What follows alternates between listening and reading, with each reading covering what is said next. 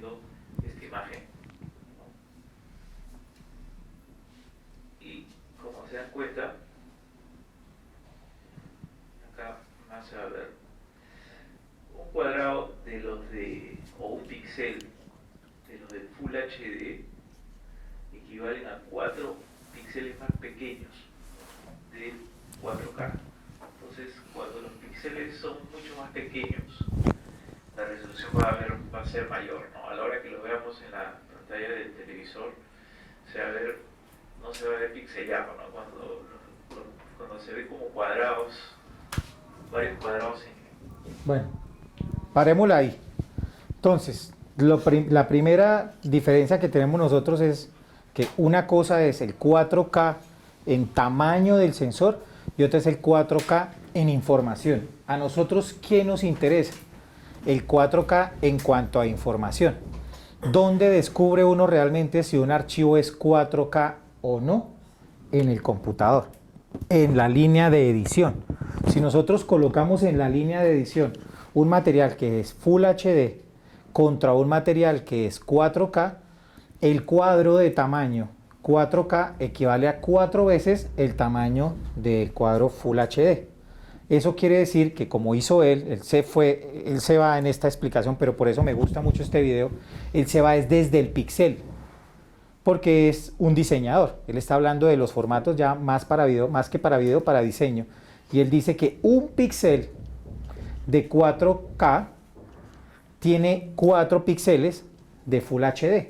Entonces, nosotros, ¿cómo lo vamos a ver? En la línea de tiempo, el tamaño del Full HD sería equivalente a este cuadrito. Esto sería Full HD. Y el 4K equivale a 4 veces esto. Y el 8K, él ahí lo dice, serían 8 veces, ¿cierto? Perdón, serían 4 cuadros equivalentes al tamaño del 4K. ¿Por qué los señores que hicieron esta investigación dicen que la única cámara que realmente es 4K en tamaño de sensor y 4K en información es la ARRI 65? Porque es una cámara que el sensor no es ni de 35 milímetros ni es super 35 milímetros, sino es un sensor de casi 70 milímetros. Es una cámara cuyo sensor es de 65 milímetros, no entiendo por qué no le llegaron al 70 milímetros, que es el equivalente al IMAX que nos muestran en los cinedomos como el de Maloca, que son cámaras que son proyectores no de 35 milímetros, sino de 70 milímetros, para que uno pueda ver ese tamañote de la imagen sin perder definición. Entonces, en el caso de la ARRI 65, con tener un sensor no de super 35, sino de 65 o 70 milímetros, pues es un sensor que va a tener una proyección más panorámica, mucho más amplia, pensando en que la película, por ejemplo, de Revenant, es una película de paisajes, de exteriores, ¿no? Donde necesitaban trabajar mucha luz natural. En este caso, con tener un sensor más amplio, tienen mayor recepción de luz. ¿Cuál debería ser el sensor equivalente a una cámara que tuviera la real tamaño y resolución 4K? Ni siquiera es un sensor de 70 milímetros. ¿Cuál sería el doble del 70 milímetros? Un sensor de 140 milímetros.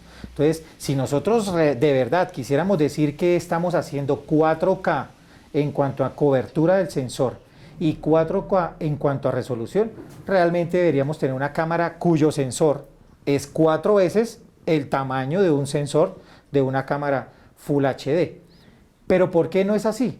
Porque la cámara de Full HD, que es 1920 por 1080, equivaldría en un sensor Full de 35 milímetros, equivaldría casi a 2K. Podemos decir que una cámara Full HD es casi 2K. Entonces, si un sensor de 35 equivale a 2K, un sensor de 70 equivale a 4K y un sensor de 140 equivaldría a 8K, ¿cierto? Pero tenemos claro de que con 70 milímetros tenemos dos sensores, el tamaño de dos sensores, unidos, que en diagonal, y por eso sí da 4K, porque es que las medidas se toman ese en diagonal. Entonces, al unir estos dos tamaños de cuadro y al tomar la distancia de aquí a aquí, eso sí nos da la resolución equivalente al 4K.